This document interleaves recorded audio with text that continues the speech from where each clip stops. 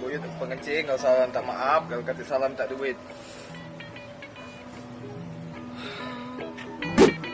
Wih, puak sana eh.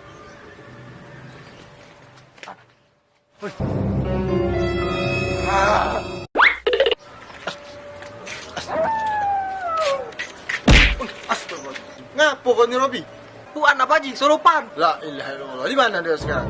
Baik.